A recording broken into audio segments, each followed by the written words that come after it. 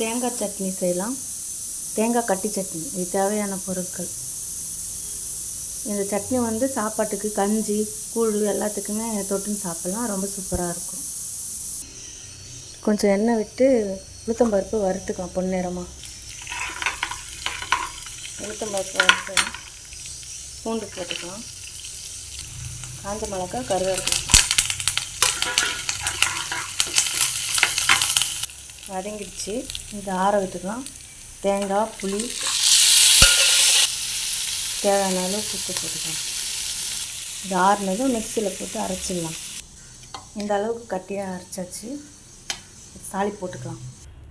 ஒரு ஸ்பூன் எண்ணெய், கடுகு, கொஞ்சம் கருவேப்பிலை லைட்டாக வதக்கிக்கலாம். இந்த அளவுக்கு வதங்கினா போதும்.